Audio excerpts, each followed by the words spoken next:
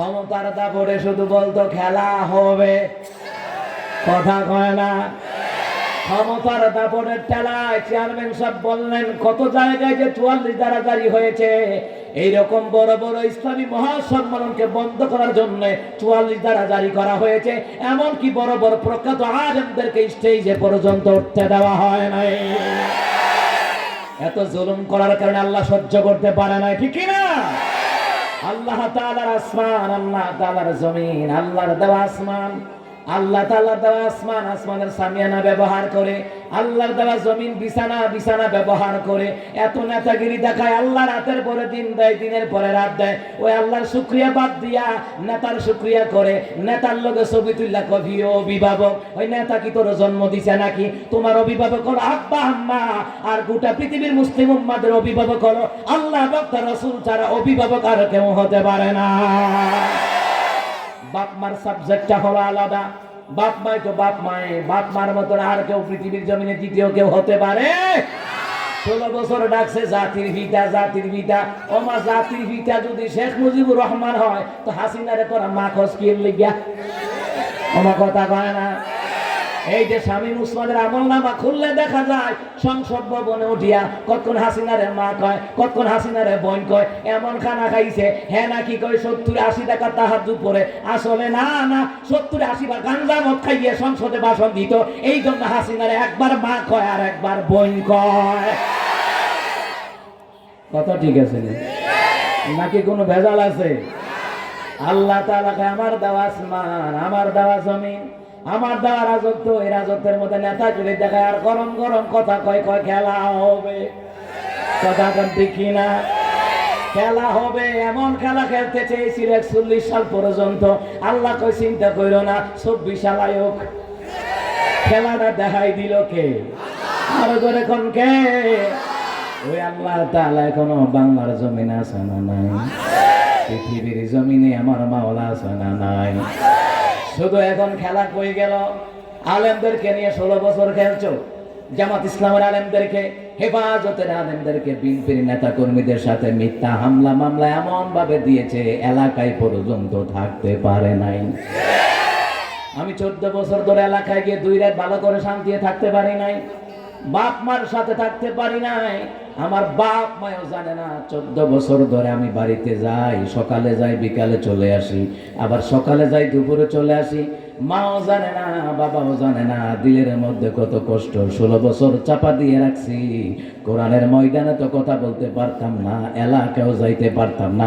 আমার মতন এমন নেতা বাংলার জমিনে, এমন আলেম ওলামা কোরআনের কর্মী আছে না নাই যারা এলাকায় থাকতে পারে নাই? কথা কণ্ঠে কেনা? ও মুসলমান, হয়তো আমার বাপ মা মিডিয়ার মাধ্যমে জানবে, কিন্তু আমার মাও জানে না, আমার বাবাও জানে না, আমার বংশের লোকেরাও জানে না। আমি বাড়িতে যাই, আব্বা আম্মাকে টাকা দিয়ে চলে আসি, বাপ মাও জানে না আমি কেন এলাকায় গিয়ে থাকি না। ও মুসলমান ইমানদারেরা, আমার মতন কত কোরআনের কর্মী, বিভিন্ন দলের নেতা কর্মীরা এলাকায় থাকতে পারে না, গায়েবী মামলা পর্যন্ত দিয়া দিছে, ও নিজেও জানে না কই দিয়া দিছে। কথা কোন ঠিক কিনা? আলেমদের কায়না করে নিছে, রিমান্ডে নিছে, বিভিন্ন দলের নেতা কর্মীদেরকে রিমান্ডে নিছে। এত জুলুম আল্লাহ সহ্য করতে পারে না। এত জুলুম করতে করতে ওরা কয় 41, আল্লাহ কয় 24 আগস্টের 5 তারিখে মামুর বাড়ি দিল্লি আল্লাহ পাঠায়া দিয়েছে। এখন তোদের খেলা কই গেল? শামীম উসমাইনা বুরকা বলাইয়া ফালাইছে, বুরকা লাগাইয়া ফালাইছে। কথা কোন ঠিক না? তার অভ্যাস বুরকা লাগাইয়া ফেলা। কথা কোন ঠিক না? কোথায় আওয়ামী লীগ, কোথায় কাদের কাকা, কোথায় গেল ওই জালিমের গরম গরম কথা? কোথায় আওয়ামী লীগ, কোথায় কাদের কাকা, কোথায় গেল ওই জালিমের গরম গরম কথা? খেলা হবে, খেলা হবে, খেলা হবে বলে কাকা গেল পালাইয়া। সৈরাচার পালাইছে দেশটা সারিয়া, ম্যাডামে পালাইছে দেশটা সারিয়া। আবার শুনতেছি ম্যাডামে সেট করে ঢুকে যাবো। আইও সেট করে ঢুকলে পিলখানার হিসাব নেওয়া হবে তোমার কাছ থেকে। সেট করে ঢুকলে 28 অক্টোবরে লোকি বইটা দিয়ে কোরআনের কর্মীদেরকে মেরেছে, এটার হিসাব নেওয়া হবে। সেট করে ঢুকলে বাংলার জনগণ 17 অসংখ্য আলেমদেরকে হত্যা করেছে, এটার বিচার নেওয়া হবে। সেট করে ঢুইকা দেখো না, ছাত্র আন্দোলনে যত রকমের হাজার হাজার ছাত্রদেরকে মেরেছো, মার বুক বাবার বুক খালি করেছো, এইটার হিসাব বাংলা জনগণ নিতে প্রস্তুত আছে। কথা কোন ঠিক কিনা? এই কথাগুলি স্বৈরাচারীদের কথাগুলি জেনে রাখার দরকার আছে না নাই? সব কথা বলতে বলেছেন কে? এর গায়ে জ্বালা উঠলে আমার কিছু করার নাই। আল্লাহ কয়ে হক কথা বলা লাগবে।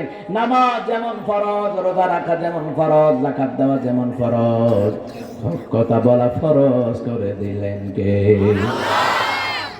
ইয়া আইয়ুহাল্লাযীনা আমানু তাকুল্লাহা ওয়া কুলু قولا سديدا। আল্লাহ তাআলা বলেন, হে ইমানদারগণ, তোমরা তোমাদের পরওয়ারদিগারকে ভয় করো, সদা সর্বদা সত্য কথা বলো। সত্য কথা বলতে বলেছেন কে? সত্য কথা বলতে গিয়ে আলেমরা মার খেয়েছে, কোরআনের কর্মীরা মার খেয়েছে, রিমান্ডে গিয়েছে, জেলখানা গিয়েছে, এরপরও জালিমের সামনে মাথা নত করে নাই, করে নাই।